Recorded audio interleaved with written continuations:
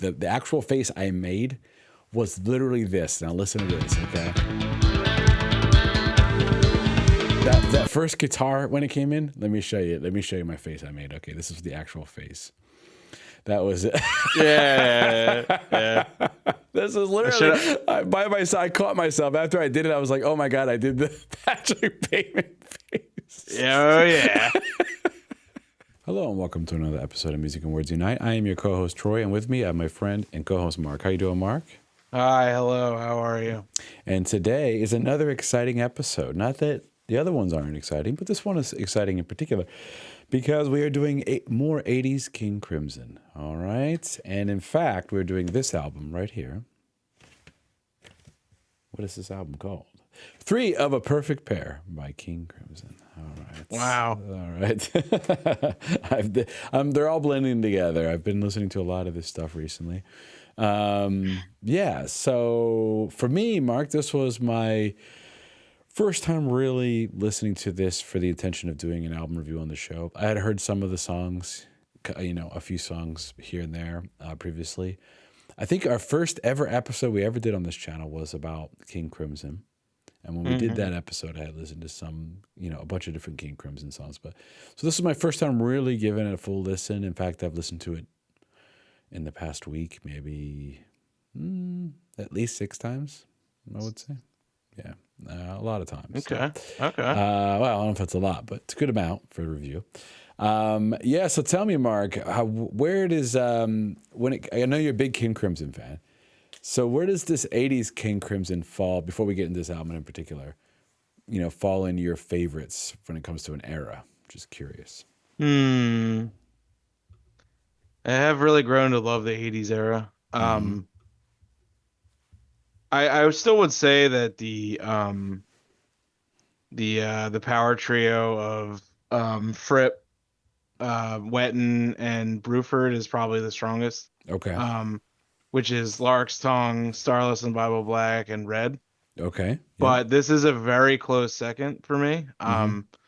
You have, the first 4 albums are like, all of them are like basically completely different lineups.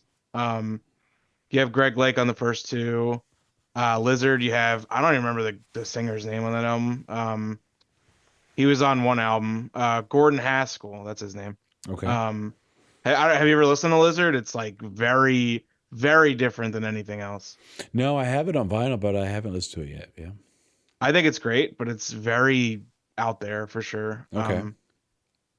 And then you get to what's it called? You get to Islands, and then I honestly don't even, what is it? Boz Burrell, I think does the vocals on that album. It wasn't until you get the Larks, Tongue, and Aspic that you have like a solidified lineup on multiple albums. Okay. And then you have the 80s lineup, which has a solidified lineup. So I would say that power trio, and then like a close second would be the 80s albums for me. Gotcha. Okay. Cool. Well, so far we did Discipline and we did Beat, which I'm wearing the Beat shirt here. I was a big fan of that album. I actually thought Discipline was even better, to be honest with you, but I did like Beat enough to get a t-shirt, and I got a Discipline t-shirt too. So the question is, are you going to get the 3 of the Perfect Pair? Yeah, well, I have a yellow t-shirt is the question. It looks like Big Bird.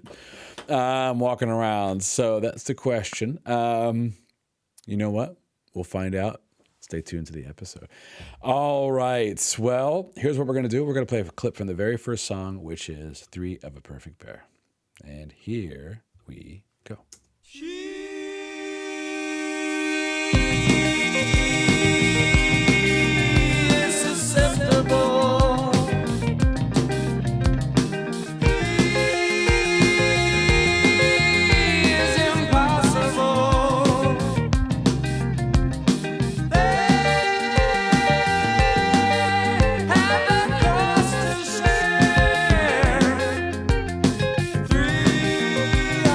Perfect pair.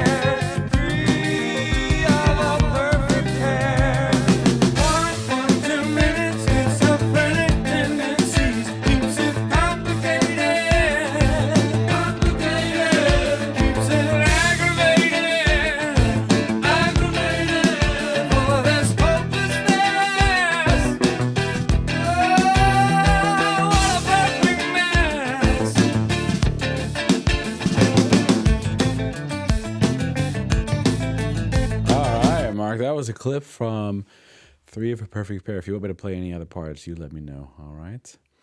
Okay. So the way we do this is if one of us hasn't heard it, that person usually goes first to talk about it. So I am going to go first on this one. Yeah, Mark, this is one of the best songs of the 80s King Crimson era, in my opinion. It's my It's opinion. really, really good. It's just as good as it's right up there with Neil, Jack, and Me. Hmm. What was the song on the second song on Discipline? Oh, frame by frame. Yeah, Frame by Frame. To Hmm. me, it's like that tier of a song, and I'll tell you why. It has a little bit of everything, and it has the hypnotic guitar playing. The Robert Frippism of the Hmm. style of guitar playing, where it kind of messes with your brain a little bit because it's like Hmm. the groove isn't a straight time signature, but a lot of times the guitars aren't, and it's all over the Hmm. place. Yep. Just like Frame by Frame, it's got that going on in the song. And but man, the groove, the drums, and the bass, it's just always with the 80s Crim Crimson. But on this one, it's just killer. And also the vocal melodies. One of the things that really stands out for me about 80s King Crimson in particular is how good a lot of the vocal melodies are. Now, I haven't heard all of the King Crimson from all the other eras. I've heard, a few albums from the 70s, but not all of them. But I could say, Adrian Belews' vocal performances and his melodies are really top notch, and they Hmm. make a lot of songs like this. They really take it to the next level. And when you combine that with lyric writing, he's actually, I think, very good at writing lyrics too. Yeah. And a lot of times, I'm looking at the lyrics, I'm listening to the melodies, I'm listening to complexity in the music. But I think they have this 80s era King Crimson band has mastered the art of taking something super complex and making it simple, but also complex at the same exact time. It's really Yeah. weird how they're able to do that. They make it like kind of accessible, but at the same time, it's not accessible. You know what I mean? Like, Exactly. Yeah. yeah. And I don't know. I mean, their skill level at music is so far beyond mine that I don't even know how they do it. All I can tell Hmm. you is, a lot of prog music and art rock music and complex music is complex, and you can tell it's complex. Yeah. And it takes a certain ear to be able to appreciate it. Where, as you said, this stuff is more accessible. I don't think it's accessible enough to where the average person would probably like it, to be honest with you. No. Maybe, maybe a couple songs, but Yeah. but I don't know. Yeah, but it's accessible enough to where if you're into prog or you're into a little more complex music, it's very easy to get into because a lot of the songs, not all the songs to be clear, but this one in particular, some of the more, radio friendly style songs like this one. Hmm. Yeah, but overall, I mean, this song plays tricks with your mind in a way that is very enticing, I would say, because the main groove is in 4/4, and it gets into the chorus, and it's like in a 7/8 meter. And I'm just doing this by listening and taking some notes. I don't know if I'm exact on this stuff, but that's what I was hearing. And the changing of those time signatures, and I don't even know if the guitars are in 4/4 at the beginning because again the groove is, but a lot of times the guitars are doing polyrhythms and polymeters too, just like on Discipline and the Beat album. Really, really unique playing, fantastic. And last thing I'm going to say about this one is the lyrics. It is the title track, right? And I was trying to think about what it meant, and I was doing some digging into it. And it seems like this album, and this song in particular, but maybe this is setting a tone for the album as well, is talking about how there's three sides to every story in a way, right? Hmm. There's the notion in this song of like perfect opposites, and you have one person's perspective, another person's perspective, and usually then there's like a third entity or so, and that's usually like the truth of the matter, almost in a weird way, right? Hmm. And I don't know if this is what he means by, but it's basically like you know, the third part of the duo, right? Is really what makes it. And it's like you have to be able to maybe embrace that. And now I'm maybe getting a little, I think the lyrics in this album, in particular this song, but in this album warrant this type of discussion. So I'm just going to go there, Mark. Okay. The I'm all for it, you know that. the maturity of the lyrics when he's talking about relationships is much more mature than when most people talk about it. I could tell. I know he was married. I know he has songs about missing his wife and those things, those type of things. You know, Mm. this song is talking about a perfect partnership, but almost being like a perfect mess. There's Yeah. some lyrics about that, and you know, relationships are complicated, and I think when people get in trouble is when they can only see from their own perspective, and it's really hard to see it from someone else's perspective. It's very Hmm. difficult, and that's why a lot of relationships fail, I would say. And I think that what this song maybe is talking about is what's when it's a three of a perfect pair is the ability to step outside of yourself and step outside of your own ego and try to see the third. This is going to sound really like metaphorical or what esoteric, but the third eye, or for lack of a better term, in the relationship, right? And the third eye is usually the or the third entity or whatever you want to call it in a relationship is usually two people, two different perspectives, two different walks of life, being able to step outside of that yourself and see your relationship as a whole. And also, sometimes it requires thinking beyond selfishness. So, for example, let's say that you're in a relationship with somebody, you're married with somebody, right? And you really think you're right. And to your core, you know you're right, right? Hmm. But if you stop and think about it from the other person's perspective, they also think they're right. And sometimes there is an objective truth, but a lot of times truth is subject to the way people perceive reality. Like if I, you know, there's the truth of like, okay, 2 + 2 is 4. There's that kind of truth. But often in a relationship, it's not that cut and dry, right? Of things. So I think this is a level of maturity of songwriting musically and lyrically that is pretty rare in music. In fact, if you combine everything, I don't think I've ever heard anything like it. If you really think about discipline, beat, and this album, I've never heard something so complex, yet so simple, yet so lyrically complex, yet so simple. It's really bizarre, actually. And it's one of a kind. And I definitely think people should give this stuff a listen because more than once. It does take multiple listens to really appreciate it. That's my honest take on it. So Okay. that's my review of the song Three of a Perfect Pair. Wowie. That's what I got out of All it. right, man.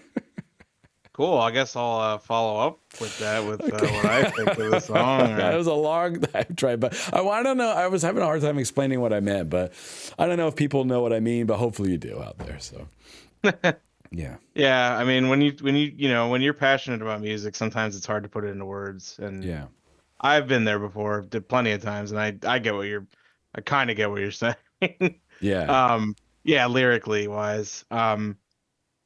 Yeah, this song is incredible, man. I yeah. mean, um, I like this album a lot, but I don't think I'm gonna sit here and lie and say this isn't the best song on the album, because it is. But Hmm. um, it's just so like, Hand up, hand up. I think it's debatable. it, yeah, yeah. We'll get to Well, that when we get to it. okay. That's great that you say that too, Yeah. because I think that as far as the '80s King Crimson albums go, this is far and away the hardest one for people to get into. Mm. Um, because of like the second side, you know. Hmm. And I get it. Like the second side, you know, it's if you're not like into like, progressive music or even like ambient music or electronic music or anything like that, then you're gonna have a hard time. But Hmm.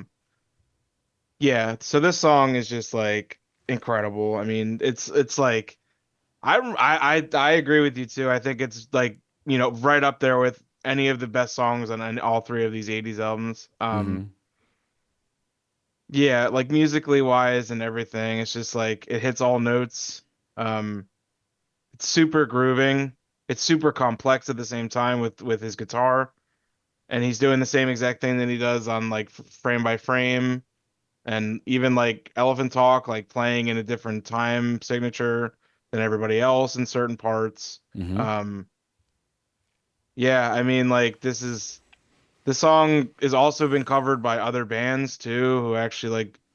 Wow. I mean, I'm not gonna say that they do it as well as King Crimson because that I would be lying to you, but it still sounds good. Between the Buried and Me is one of the bands that cover this song. Wow, I gotta hear Um, that. Okay. yeah, it's a pretty good cover. School of Rock performed this song.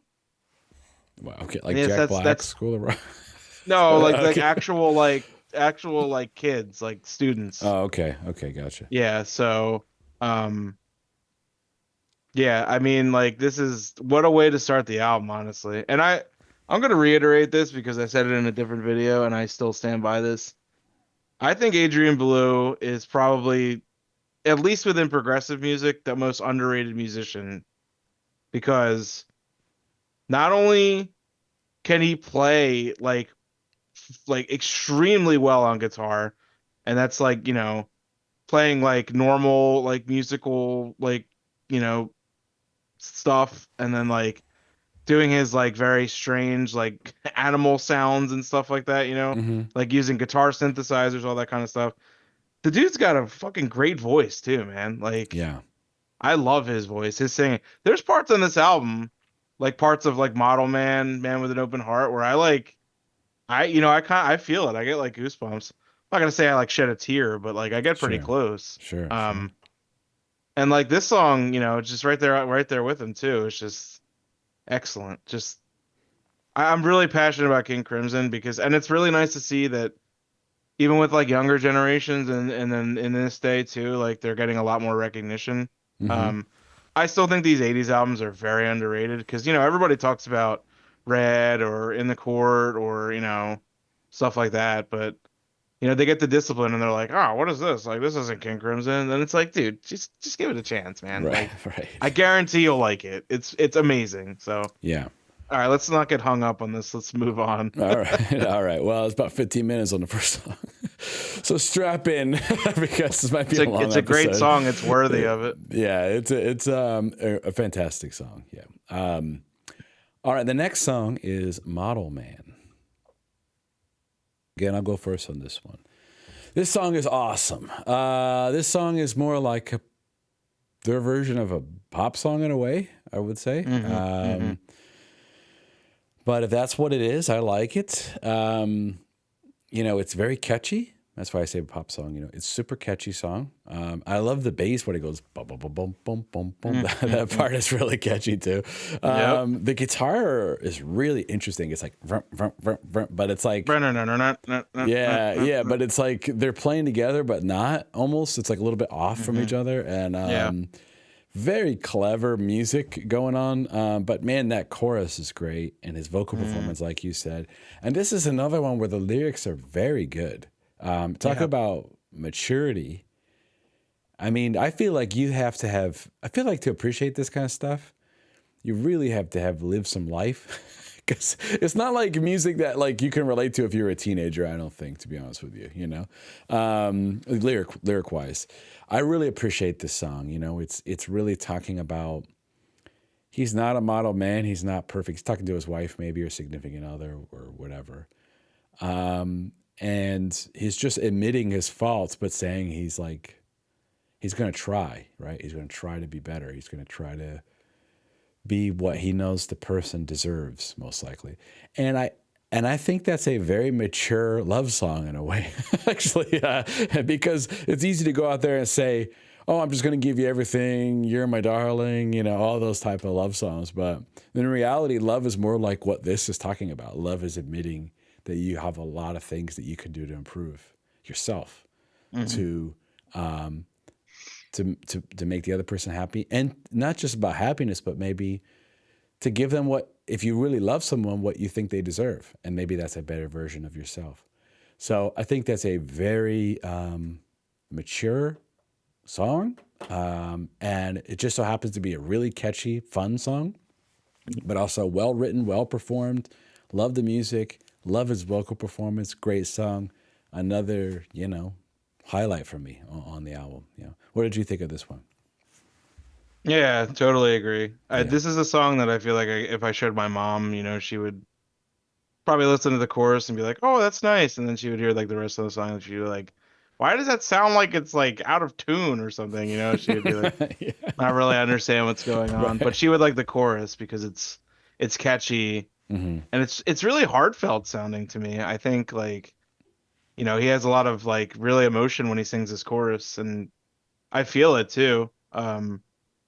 That's why I said before, like, when I hear the chorus in this song, I'm just, I'm like get chills. Yeah. It's lovely, honestly. This is like one of their more straightforward songs in the album, I would say, like kind of Yeah. like Heartbeat from Beat or I don't know, there's not really any straightforward songs on Discipline, honestly, but um yeah, I think this is like you said, maybe a chance for them to like get, a single on this album or, something out there, maybe make a music video or something. Yeah, I think this song's great. I'm biased though because I there's really not a King Crimson song I don't like. Hmm. Um, some of their experimental stuff is a bit, too much sometimes. I still like it, but I think this song is excellent too, and I think, you know, it's great. And every song on this album is good, and I think if you give it a chance, you'll love it too. So, Hell yeah. All right. The next one is Sleepless.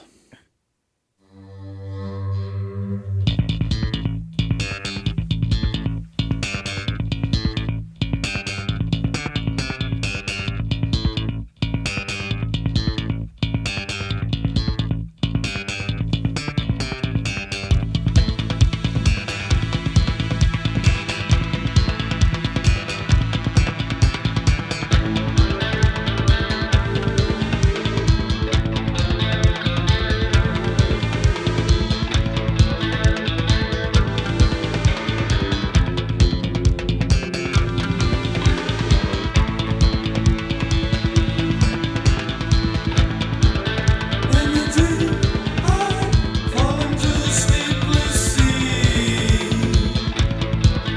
with a smile of panic and pain.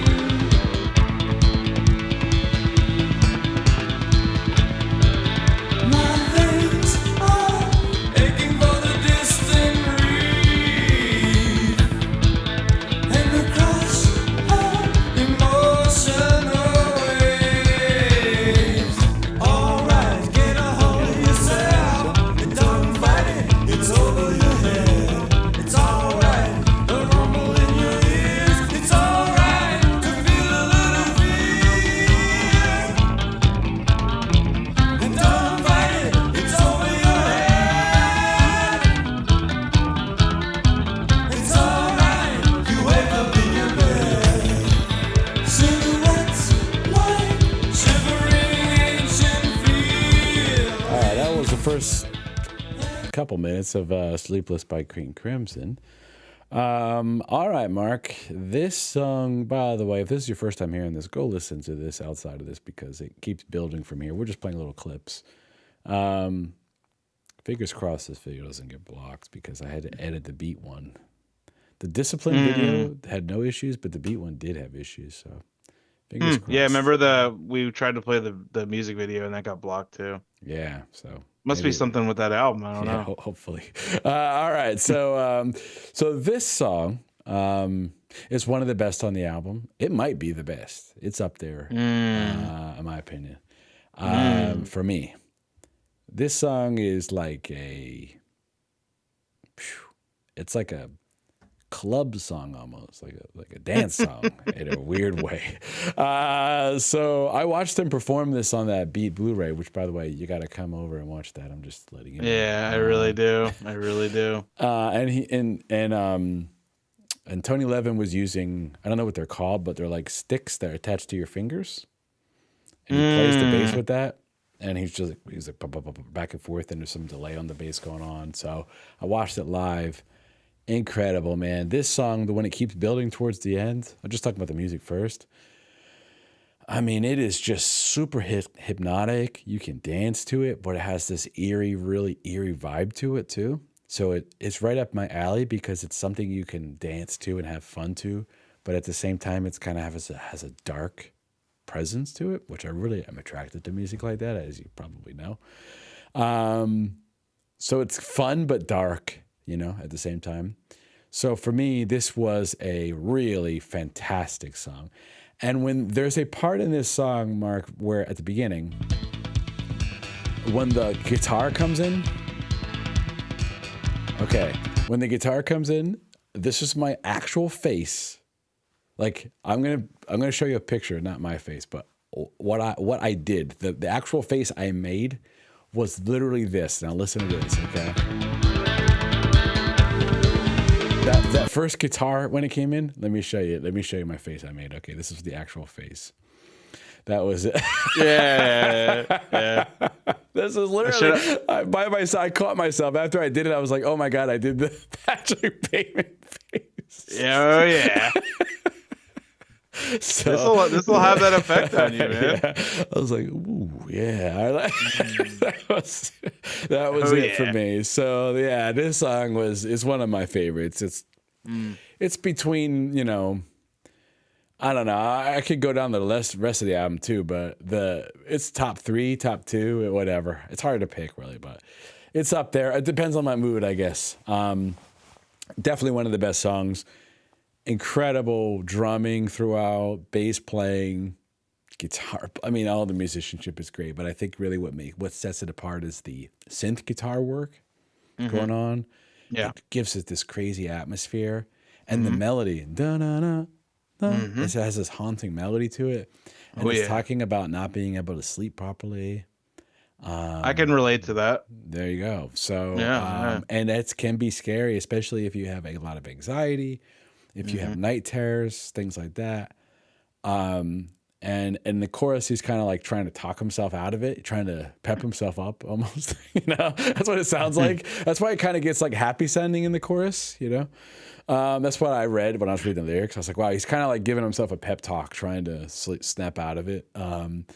But yeah, and then it goes back into the verse, and the verse is kind of back in this darkness where he's having a hard time with it. So beautiful song, amazing song. I have nothing but great things to say. One of the best songs in the 80s King Crimson catalog. It's up there for me. Top 10. Top 10 easy. Oh yeah. Yeah. You will have to, once you listen to everything, we'll have to revisit and see what you think. All right. It's kind of like with ABBA. After we listen to everything, we're gonna have to like revisit all of the stuff and be like, sure. This was my favorite, Sure. Okay. Yeah, this is you could make the argument for this or Three of a Perfect Pair. Different day, different favorite, obviously. They actually did make a music video for this. I don't know if it was in circulation. Yeah. Yeah. I don't know if it was in circulation on like MTV and such. It's cut down by like 2 minutes too, which kind of sucks. But yeah, I mean, it's that bass line that starts out that he plays like with like I think he has like a delay on the bass, so it sounds like it's like double the notes that he's playing. I think I read. And he's doing like a pulsating like slap with those like whatever those finger stick things. I don't know if he used that on the album, but I've seen him play with those before, and it gives it this cool like pulse effect. Yeah, when the bass comes in, when the guitar comes in, I mean, when he sings, like every part of this song is just incredible. Yeah, and you described it in a good way too. It's almost like a dance hall song kind of because you actually can dance to it really because it's in like a, it's in like a rhythm where you actually can dance. You can listening to it right now, just like Right. doing that kind of like that. I think another thing in this song that kind of people overlook too is Tony Levin's like his backup vocals on this song. Yeah. They actually harmonize really well in like the choral parts. It sounds excellent. I think he's a little underrated when it comes to like, backup singing because you kind of don't even hear it over Adrian, but on songs like this it's very distinctive and it sounds amazing. And then like the electric drum set on this album is great, like especially this song, like the Has like a nice it has like a nice synth sound too, but it also kind of sounds acoustic. So you meet like in the middle for this really nice dynamic sound. Um, I love this song, man. I think out of the three '80s albums, this might be in my top five. Um, Yeah. I don't know. It would be pretty hard for me to pick, because I really like most of the songs. Beat, has I think Beat has like the songs that I could probably like throw away the easiest. A couple songs on there. Hmm. Yeah, but these first like four songs on this album are just like really, really strong. And then, Yeah. it gets a little weird after that, but Right. yeah, but like yeah, the song is amazing, man. Yeah. All right. Well, the next one is Man with an Open Heart. She Or wouldn't fart. need to be the bird without a wing, or be a servant to a telephone ring. She could be sleeping in the comfort of another bed. It wouldn't matter to a man with an open heart. It wouldn't matter to a man with an open heart. It wouldn't matter to a man with an open heart. Here comes right now.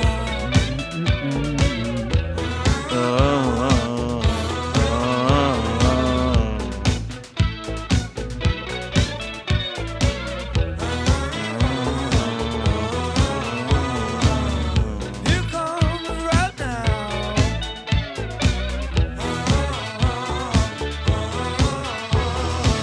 She could be moody, dramatic as a play, or be evasive as a shadow in the shade. Great Could line. be regular and singing in an underwear. Wouldn't matter to a man with an open heart. Wouldn't matter to a man with an open heart. Wouldn't matter to a man with an open heart. Here comes right now.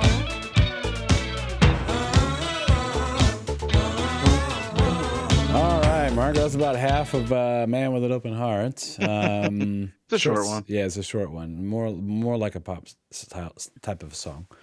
And I'm glad they put songs like this actually on the record, to be honest with you, because if it was all like the second side, it wouldn't be as enjoyable. And I think the fact that there are songs like this on the first side, and this is going to sound weird, but maybe not, it makes me like the second side more because it shows the variety of the band. That it's not just all like insanity, you know what I mean? Like they can write Yeah. more catchy kind of pop songs, but in their own really quirky, brilliant way musically. And yeah, so first of all, the music super catchy. The little, I mean that is super catchy. The vocal melody is catchy. The bass parts are great. Yeah, this is a really fun song musically. Lyrically, it's another really interesting song lyrically actually because it's hard to tell. It seems like it's written from the perspective of someone who's obviously open-hearted, vulnerable, right? Let's call it that, right? But the person is worried that they're being cheated on potentially, and I don't know if it has a message per se, but I think it's people can relate to that because the more vulnerable you are, the more you can leave yourself to be hurt by other people and deceived by other people and things like that. So there's always a balance between being closed off, which doesn't equate to a good relationship probably, but not so open-hearted that maybe you find yourself in a lot of trouble or distrusting. Maybe the person has to earn it long term to be super open hearted, right? So I don't know. The point is, though, I think the lyrics are interesting. They're good. They're really good, and the music is really good. And it's a kind of a fun, more like pop style song. And then right after this, the album goes nuts. So it's kind of like they give you this like song. They're like, check this song out. This could be on the radio, and then it's like the next song is total like what the hell's happening, and then it just becomes more and more like what the hell's happening after that. And then it finishes with a real bang. Yes. So yeah. So we'll talk about that when we get there. But for me, Mark, this is another song I really like. It's a strong one. Great. It's a great tune. So I like this one. What did you think about this one? Yeah, I think this one's great as well. Yeah. I equate this kind of to like the poppy songs that were on beat. Mm-hmm. Mm-hmm. Like i.e. like Heartbeat, like Waiting Man, Two Hands, like that kind of stuff. Yeah. This one especially because this is a short one. It's really like fun and poppy, and you could dance to this song too. Yeah, lyrically wise, it just kind of sounds like, this guy is just like, talking about like, somebody who has quirks and like he's saying like, I don't care what they're like, I I like them now, or I like them anyway, they could be. I mean, this line is great. Be evasive as a shadow in a shade. I think that's like a great line. Yeah, this is a yeah. We really am giving you a warning here that this album does kind of like the shit hits the fan once after this song. Um, because I think I read that Fripp said that like they wanted to showcase like the duality of the band, i.e. like the radio friendly, more straightforward, like still progressive but like accessible songs. And then the second half is like, indulgent and excessive and I think he used the word belligerent, which is pretty funny. So yeah, I this is like kind of like they're sending you off, they're like, here, have this track and good luck with the rest of the album. So um All right. yeah, I mean, I love weird music, so I absolutely love the second half, but a lot of people probably didn't, which is why I don't think this album sold really well, and I don't think it's comparatively to the other two like as highly rated, which I think is absurd, but Mm-hmm. um I think people need to be more open with music and don't just want to hear like, even with like progressive music, it's like, oh, I want to hear weird time signatures and, you know, acoustic guitar and keyboard solos and all this shit. It's just like, open your horizons, man. Like just give it a chance. Yeah. So Open your I horizons. Open your ears. Open yeah, your. open your ears and shut your damn mouth. You know what I'm saying? Right. And give something more than one listen. You Yeah, dopes. You know what I exactly. You mean? hear it one time and you're like, I don't like this. Like, you know what? Let's go more for me. Screw off. You know what I'm saying? Okay. All right. All right. Well, a lot of things, some of the best things in life are an acquired taste. I personally believe that. So, Hmm. um, Like Rocky Mountain oysters. all right. Fair enough. I haven't acquired the taste yet. All right. So let's keep it going. To, I think it's how you pronounce it. Nuages? Yeah, Nuages? Nuages, Nuages. Yeah. Okay, let's get right to it. That which passes, passes like clouds. What I'm going to do is kind of skip a little bit, just kind of play the middle of it, maybe. And let me just say, of the indulgent tracks, I think this is probably the most accessible. Maybe. Yeah.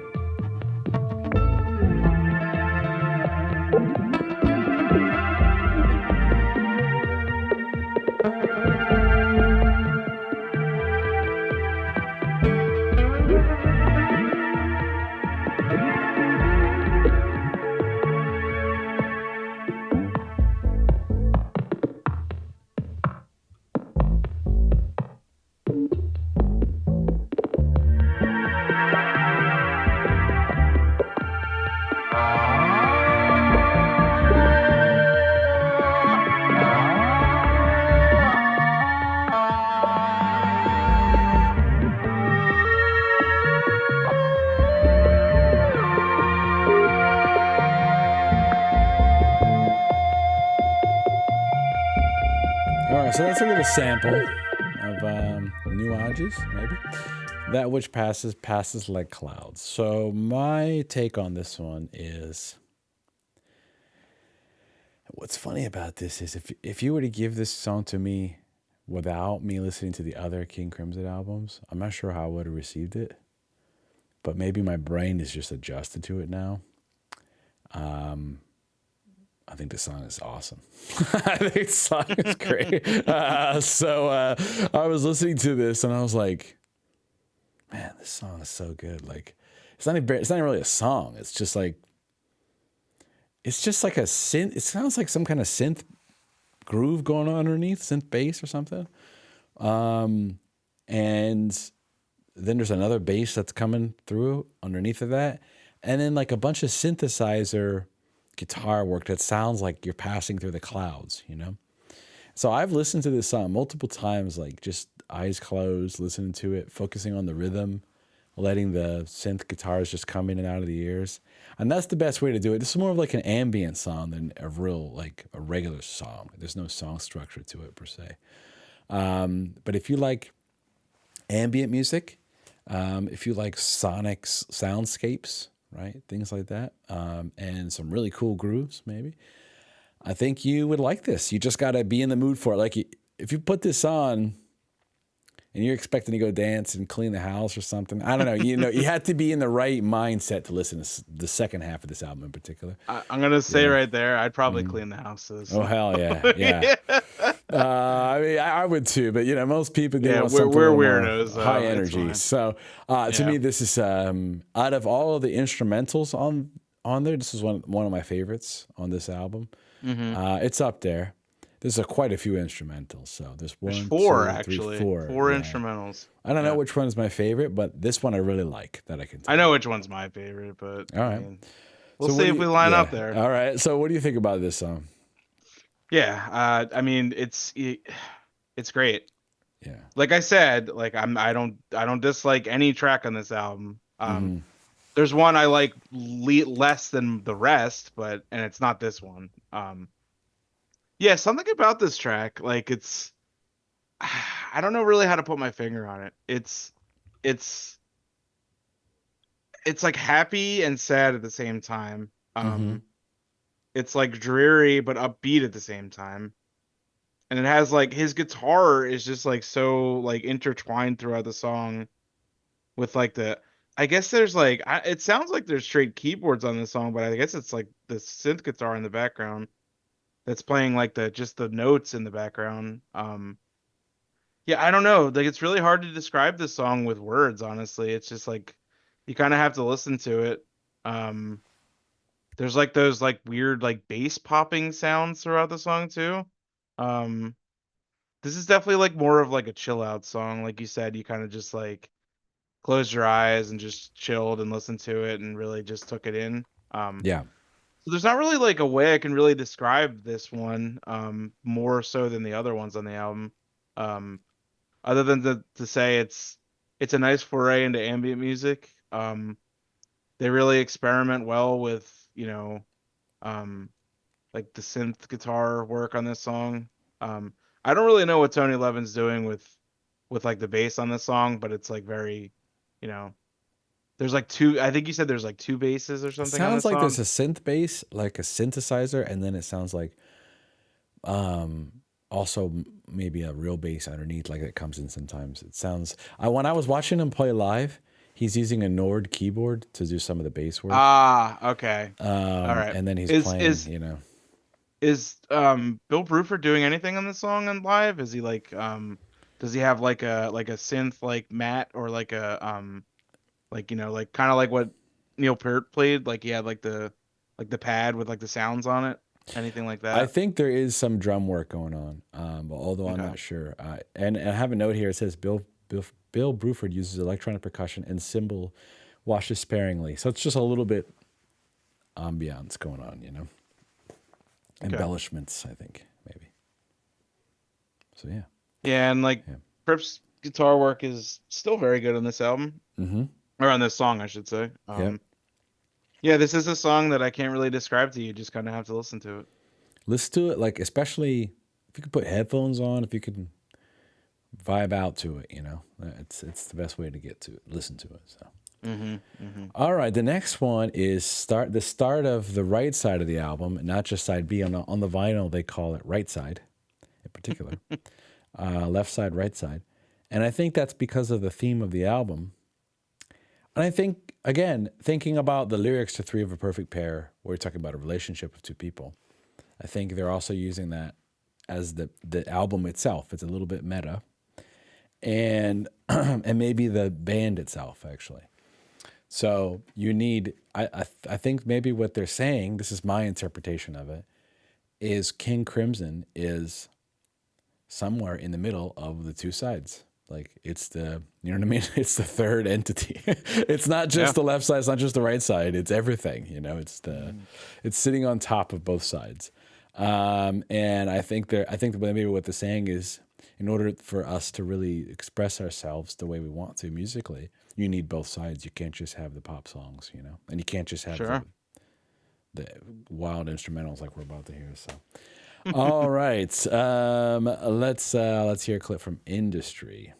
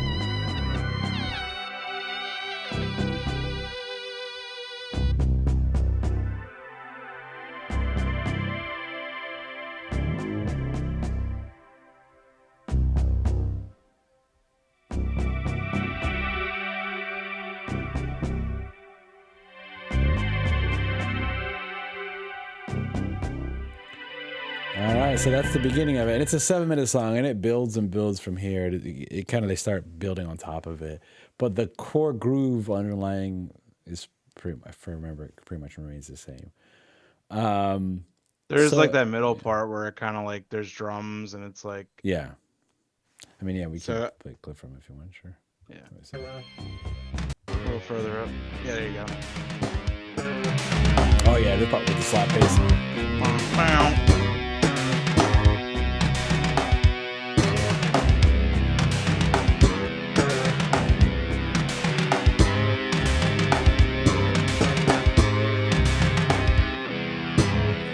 All right, so that's some clips from Industry.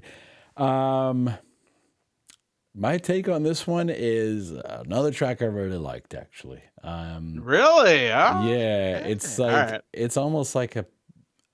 This is gonna sound weird, but it's almost like an abstract painting, but a song. Mm-hmm. Imagine an abstract painting of like an industrial factory. Mm-hmm. Like what would it look like? You know, what would it sound like? It would sound like this, maybe. You know. Yeah. It is very abstract, and I think the more I listen to it, the more I think it might be the best instrumental. It's between this one and Larks' Tongues. I'm just giving you a spoiler. Mm-hmm. But they're different. Lark's Tongue is not as abstract. Lark's Tongues is more of like just a wild progressive instrumental, I would say. Right.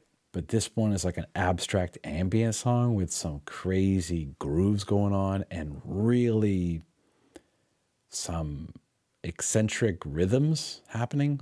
And I would say it's actually fairly complex. I watched them perform this on the Blu-ray, and I was like blown away by it, actually. The concentration on their faces to execute this song live was like pretty nuts. Like, I was like, wow, this song is really difficult to play. I could tell. And it must be how much space there is and how intricate the rhythms are, and you have to have everything has to be perfect in time for all the musicians, Right. throughout. Yeah.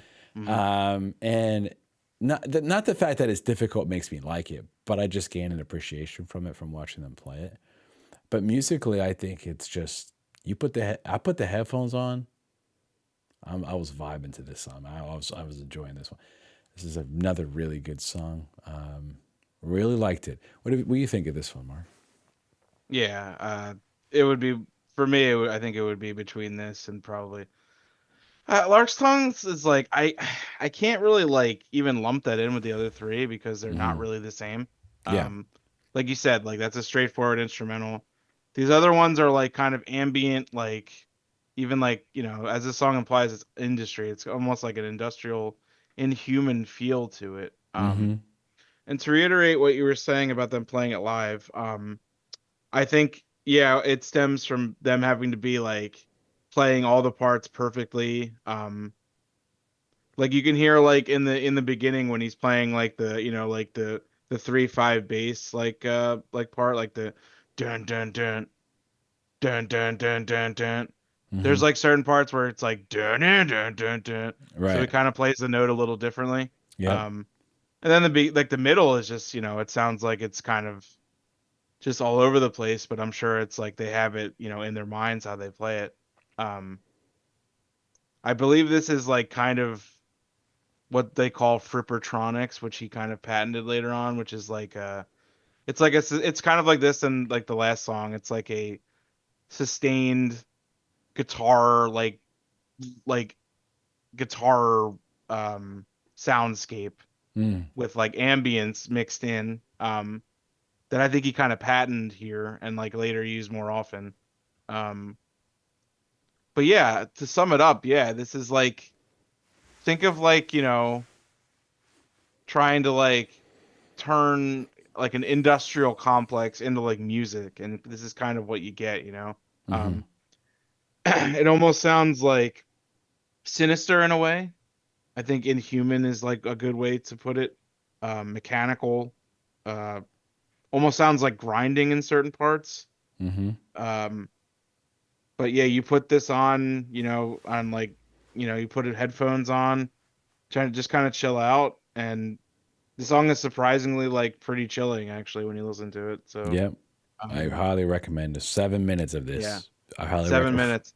Right. And you may think to yourself, 7 minutes, that's way too long, and it honestly goes by a lot faster than you would think. So Yeah. I love the second half of this album very much, and I think if anybody gives it a chance, and they keep their mind open, I think they'll enjoy it too. So All right. Well, the next one is Dig Me. I'll play a clip from that. Warning. Song is insane. insanely good. It's crazy ass song. Yeah. I love it so much.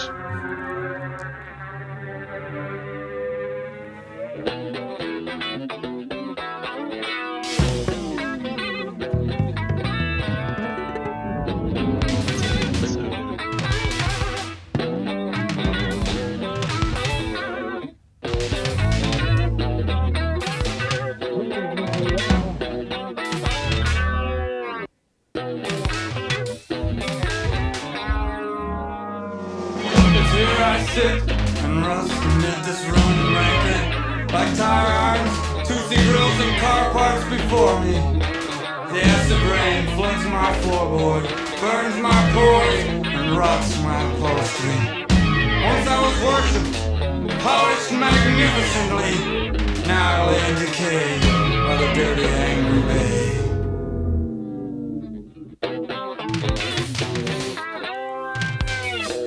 The chorus is excellent. Yeah.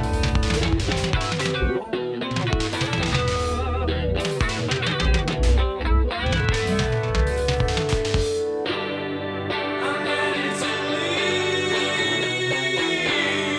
I wanna be out here. I'm ready to ride.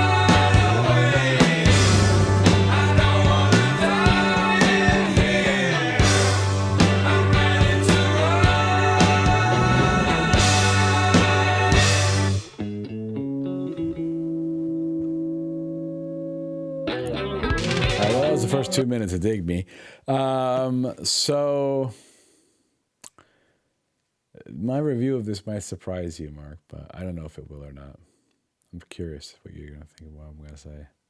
I am curious, and It's I'm here not for it. necessarily like my favorite song on the album. I do think it's a brilliant song, though. I mean, first of all, I don't even know what's going on with the guitars, like how they're able to make the sounds they're making, but because it almost sounds like just totally out of tune and like nonsensical what they're Yeah, playing. it sounds like atonal. It sounds like Yeah, there's just no tone whatsoever when he strums the strings. yeah, but if you think about the story that's being told and you listen to the music, it all actually makes sense. It's actually another kind of like, this is gonna sound pretentious to some people, but it is like a literally like a work of art, because not that all music is art, but this is like more abstract art, I would say. So Yeah. when I say a work of art, I mean it's basically like it's talking on the surface about a 1952 car that was once worshipped, that people loved, that is now kind of rotting away in a landfill or in a great, whatever, what is it? Junkyard, excuse me. And from the perspective of the car that's in the junkyard, right? And then in the chorus, he's just saying like, dig me, don't bury me, and it's like kind of like, I want to live, I want to be resurrected. That's what I'm getting out of it. But I think you can apply it to anything, especially in maybe for singers or musicians. You think about at some point in your life, if you're a famous person, right, like an artist, you're hot, right? You're the hot new thing. Everyone loves you. And then what happens is some new style comes along, some new fad comes along, whatever. And sometimes people, the public, can kind of throw you away and leave you to the junkyard, right? And you're the same person. You have the same feelings. You have the same wants in your life, right? But it's like public perception has passed you by.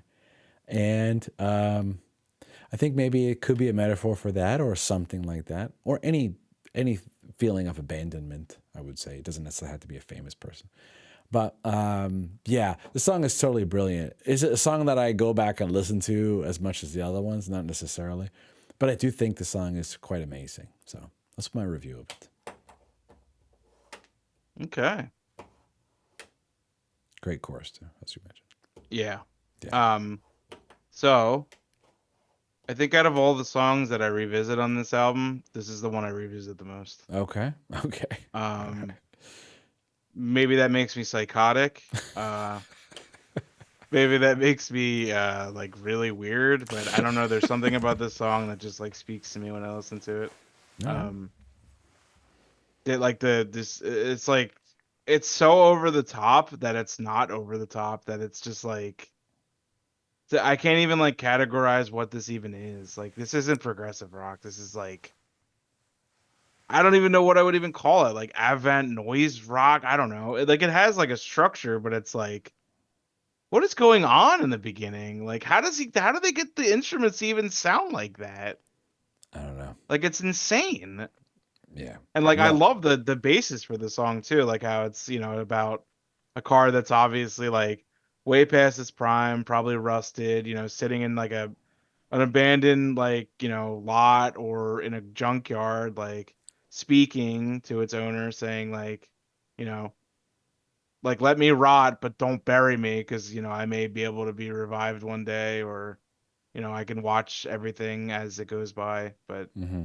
um it sticks out to me. Like it's just like human decay, basically the same thing. You Right. know, don't bury me and like never think of me ever again. Keep me around. Put me Yeah. put me in an urn on the fireplace, Right. something like that. Keep a picture of me around, same kind of thing. Sure. Um, yeah, the chorus is super catchy and great, and I love it. Yeah, I don't know what it is about this song, man. Maybe it's just so out there and bizarre that I just like am gravitating towards it because it's just like I can't get this anywhere else. It's like crack kind of, like I gotta get my like dig me fix, man. You know what I'm saying? like kind of like that. Yeah, yeah. Um, but yeah, I revisit this song like somewhat frequently. So, All right. um, what were you gonna say? I think I cut you off. I don't remember, but no, maybe I just need more listens. I mean, I've listened to it like 6 times, but you've probably heard it 100 times, so you know. Yeah, I think like over time, the more you listen to it, I think you'll appreciate it more. I really love that you appreciate the past two songs a lot because I said before you listen to this album, I said, like you're gonna listen to the first half and you'll probably really like it, and I'm not sure how you're gonna feel about the second half. And you messaged me like later on, and you're like, "Did you say I wasn't gonna like this?" And I was like, "Yeah," and you're like, "Nah, like that's crazy." And I was like, "All right, Yeah. that's amazing." I like it more than side 2 of Beat, actually. Yeah, I do too. Yeah. Yeah. This side, I like one side 2 Beat, yeah. Well, Okay. all right. The next one is No Warning. I'm going to skip a little bit on this one. Okay.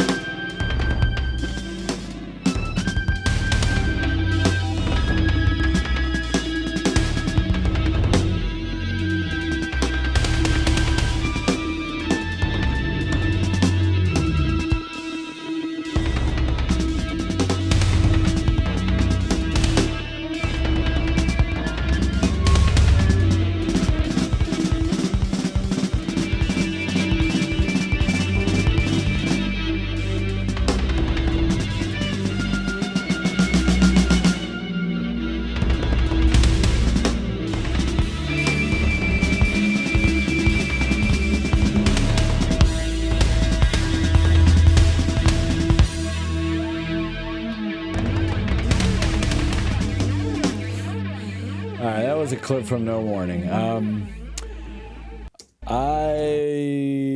This song, I know when I messaged you, I said it was my least favorite. It probably still is my least favorite, but it has definitely grown on me since I first listened to it. You know why? When I started, sometimes I just listen to the drums.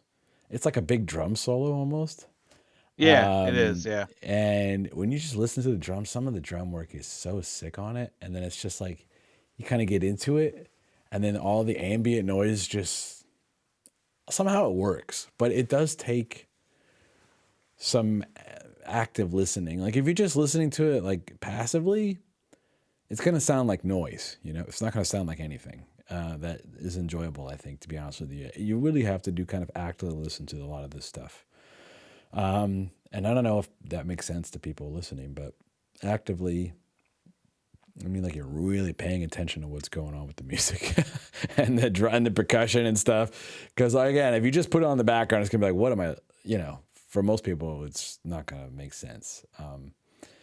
So I do think this is that's a good one. I do think it's good, actually. It probably is my least favorite, but that doesn't mean I don't like it. Just can't like everything the same level. So it's my take. Right. Yeah. Yeah. How about you? Yeah, like I said earlier, this is just kind of, like to say I don't like this song is not true. Um, I just like other songs in the album better. I think this is like you said, like a glorified drum solo kind of. It has those cool like noises in the background, like the wow wow wow. Yeah. It's pretty cool. I kind of consider this like an interlude between like Dig Me and Larks Tongue and Aspic Part 3. There's not really much I need to even talk about here. It's just kind of like, some noise and like a lot of cool drum parts. Like if you really like drums, like you'll like this song, it's cool. Yeah. That being said though, it doesn't really do much else for me. It's emotionless, and I think it's just, it's whatever. It's fine. I would just leave it at that. I don't really think there's any more to even be said. Okay. Yeah, it's fine, All right. Well, the last track is Larks, Tongue, and Aspic Part 3. So here we go. Crank the shit.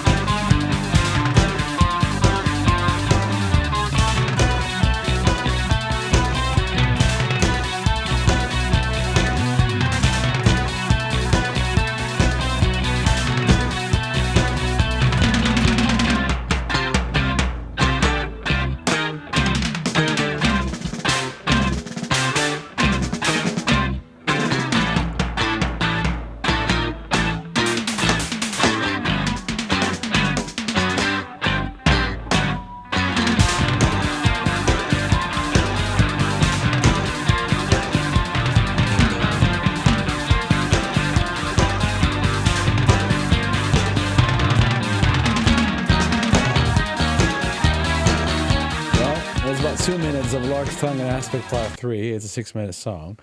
Yeah, the song is ridiculous, man. Like the beginning is insane. Like I mean, I play guitar, but there's no distortion. It's just totally clean. I have no idea how he's playing that, what he's playing. I know there are much better guitar players in the world than me. Most people probably are at this point. Even still, I don't know how many people can play the opening to this song as well as Robert Phipps playing it. This song is, if you like prog instrumental music, you like odd time signatures, you like polyrhythms, if you like just kind of messed up sounding time, you're gonna love this track. It is pretty sick. It's pretty sick. So I don't have like a ton to say about this one, Mark, except that, probably is the best instrumental on the album. Depends on the mood, right? If I want to just jam out and go nuts, I'm listening to this. If I want a more vibe, I'm probably listening to Industry, right? Mhm. Or the That Which Passes Like Clouds, one of those, maybe one of those. But overall, though, this track is pretty sick. It's so. I mean, I've listened to it 6 times, so I've never tried to play it, of course, so I have no, a lot of this music is so intricate and complex to even understand what the heck is going on with it, that I don't even have that kind of analysis to give, except to say the song is badass, and I really liked it. So there you go. That's all that matters. Yeah. What about you? What did you think about this one? So for those who don't know, I don't even know if you know this, but the Lark's Tongue and Aspic is a suite of 5 different songs over. Technically, it's 4 different albums because part 1 and 2 are on Lark's Tongues and Aspic. This is part Mm-hmm. 3. Part 4 is on, I think, The Construction of Light, or it's either that or Thrak. I forget which one. And then part 5 is on their last studio album, which is The Power to Believe. Mm-hmm. There are different songs, but they follow like a similar rhythm, Mm-hmm. like the na is like part of it. Um, yeah, like the all 5 of the songs are amazing instrumentals. Well, I think the first one has vocals, but this is like very interesting to put on this album after like the past couple songs that they had. Um, and the Lark Songs and Aspic album came out like I think it was, you know, 11 or 12 years before this. Mm-hmm. So they revisit like a 12-year-old album and it's just kind of like, wow, this came out of nowhere. Um, that being said though, the first 45 seconds of the song is absolutely insane. Um, like you said, I can't really put it into words because I don't have really any like expertise on complex musical structures. All I can tell you is that whatever he's doing and whatever the band's doing is fucking hard as shit. Um, really hard, Right. really ridiculous, really fast. Um, the polyrhythms that he plays on these albums are just absolutely, I can't even like comprehend what he's doing. Yeah. It's so ridiculous. Um, Yeah, it's nuts. it's This music is incredibly, nuts. Yeah. I would call him, I would call Robert Fripp honestly an indulgent like prick, but I Right. can't Right. because he's so ridiculously talented at guitar. Mm-hmm. And he deserves to have the title of the master of polyrhythms because I don't know what the hell he's doing here. Yeah. I don't really know what he's doing half the time, especially on these albums because the polyrhythms are just so insane and so like they almost sound like they're not even in tune. It's crazy, but God knows they definitely are. Yeah. Yeah. This is the first, like I said, the first 45 seconds minute is just a burst of just complete chaos. And then you get to the midsection and there's kind of like a slowdown process and there's like a almost like ambient textures kind of come back in. Mm-hmm. And then it's just like these like weird distorted like aggressive guitars like towards the end. And then it kind of fades out at the end. So like while I don't know if this is my favorite instrumental, but that first minute, I mean that's just like that's peak progressive rock, man. Yeah. I would probably listen to that on repeat of like, like 15 times in a row. Right. Just complete and utter chaos and amazing. And um, now that being said, like, would I rather listen to this or Industry or Nuages or, Dig Me or, it depends on what mood I'm in, honestly. And it's a, pretty killer end of the album. Yeah. It's it really came out of left field the first time I heard it too, because I was like, wait, Larks song and Aspic, is this like the old like song? And I put it on and I was like, I literally was just like, Right. I was like, what the hell is going on? Yeah. Nobody knows. Nobody knows what's going on except them, I think. Like, was Robert Fripp like possessed making this? I don't know, man. But The music is like super bizarre, but also awesome once you kind of embrace it, yeah. Yeah. It's just, it's very unique. It's very unique music. You don't hear music like this. It is. Yeah. Yeah. That, like, to sum it up though, this album is great, and you need to go listen to it if you're watching this. Yeah, you right now. go listen to it. That would be great. We would like it. King Crimson would like it. Please don't block the video, King Crimson. All right, Mark. Before we go though, I want to show you something. Not this face, but hold on.